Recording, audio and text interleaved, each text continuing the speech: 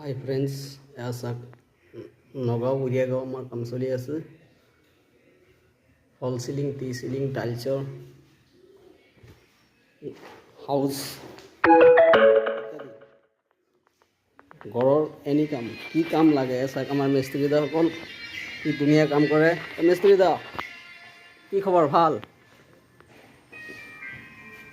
ছোট মিস্ত্রি, ভালো কাজ করছো? মিস্ত্রি ভাই ভালো আছো তো? কাজটা ভালো করিও, তোমাদেরকে ফেসবুকেও ডালি আপলোড দিব। ভালো কাজ করবা তো ভালো কাজ আসবেই তোমাদের জন্য, ঠিক আছে? আচ্ছা, কামৰ ফিনিচিং পটিং কৰি প্ৰাইমাৰলৈকে হৈ গ'ল।